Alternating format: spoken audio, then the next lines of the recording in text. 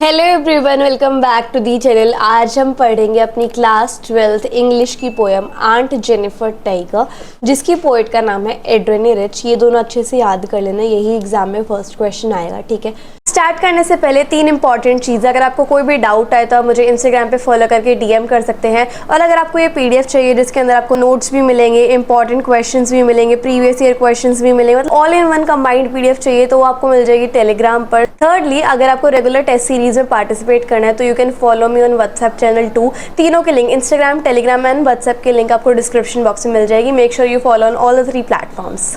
तो अब बिना किसी देरी के स्टार्ट करेंगे आंट जेनिफर टाइगर की first stanza, aunt Jennifer tiger से लेकर सर्टेनली तक।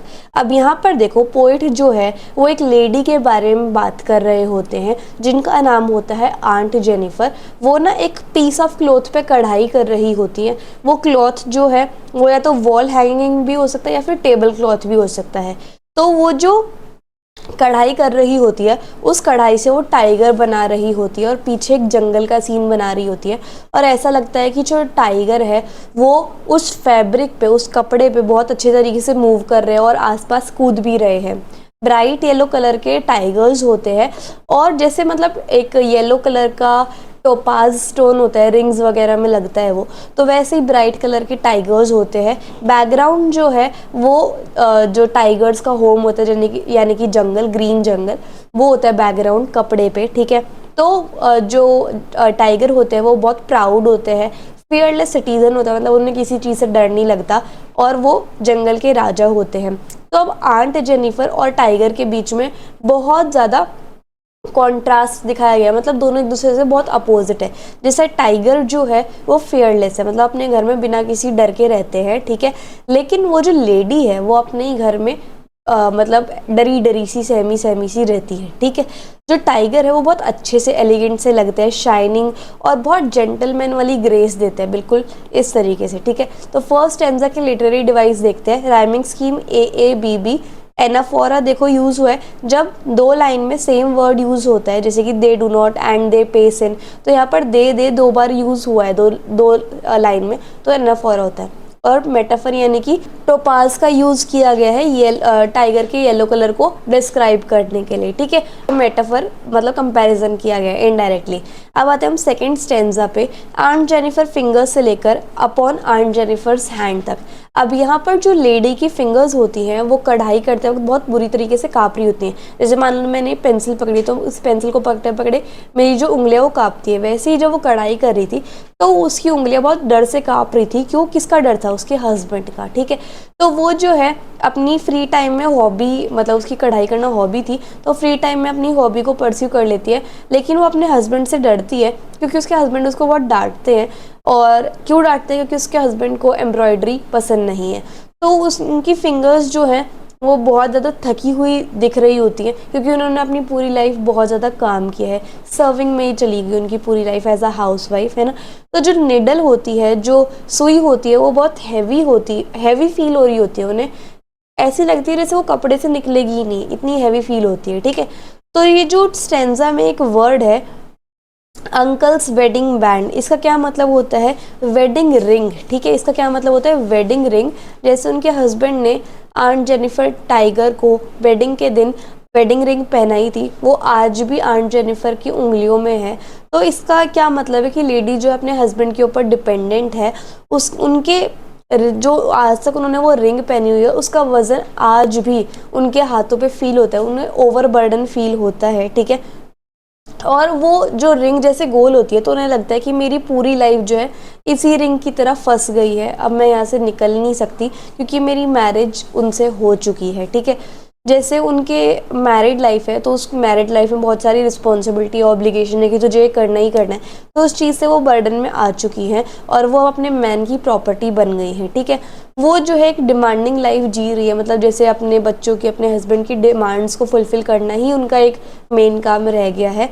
और वो जो है ओल्ड एज तक आते आते बिल्कुल ही वॉर्न आउट, एकदम ही बुरी हालत हो गई है उनकी। ठीक है, तो उन्हें बहुत ज़्यादा डिफ़िकल्टीज़ फेस करने को मिल रही है अपनी मैरिड लाइफ में, कि उनकी जो लिटिल रिंग होती है वो उनकी कांपती हुई फिंगर्स पर एक बहुत ज़्यादा हैवी बर्डन फील कराती है। इसका मतलब है कि वो जो रिंग है वो एक बहुत सारे बैड एक्सपीरियंस के साथ एसोसिएट करता है, और मतलब एक तरीके का टॉर्चर शो करती है वो रिंग जो उन्होंने फेस की है, क्योंकि उनके हस्बैंड का बहुत डोमिनेटिंग नेचर है, वो उनको प्रेशराइज करते हैं, टॉर्चर करते हैं। अब लिटरेरी डिवाइस देखिए, राइमिंग स्कीम है AABB, एलिट्रेशन का यूज़ हुआ है, F जो है फिंगर फ्लटरिंग में रिपीट होता है। थर्ड स्टेंजा में अब आते हैं हम, व्हेन आंट इज डेड से लेकर will go on prancing proud and unafraid तक, ठीक है। यहाँ पर जो आंट जेनिफर है उनकी विश होती है कि वो बिल्कुल फ्रीली जिए, फियरलेस जिए, ठीक है, और अपनी चॉइस से जिए, मतलब जैसे टाइगर्स जीते हैं, एकदम फियरलेस जीते हैं, फ्री तरीके से रहते हैं, अपनी चॉइस से रहते हैं। उनका मन बहुत है कि वो स्ट्रॉन्ग बने, फियरलेस बने, लेकिन उनके हस्बैंड जो है ओवर पावरिंग नेचर के। प्रोबेबली वो बहुत डिफ़िकल्ट एक्सपीरियंस के साथ जी रही हैं अपनी लाइफ, और ये डिफ़िकल्ट एक्सपीरियंस तभी ख़त्म होगा जब उनकी डेथ हो जाएगी, इसकी आंट जेनिफर की। वो बहुत डरी रहती है, उनकी फिंगर्स जो शेक करती रहती हैं, और अब वो अपनी फिंगर्स को रेस्ट पर डालना चाहती है, लेकिन डेथ के बाद भी वो अंगूठी तो उनके हाथ में ही रहेगी, यानी कि उनके हस्बैंड का रूल अभी तक ओवर नहीं हुआ है।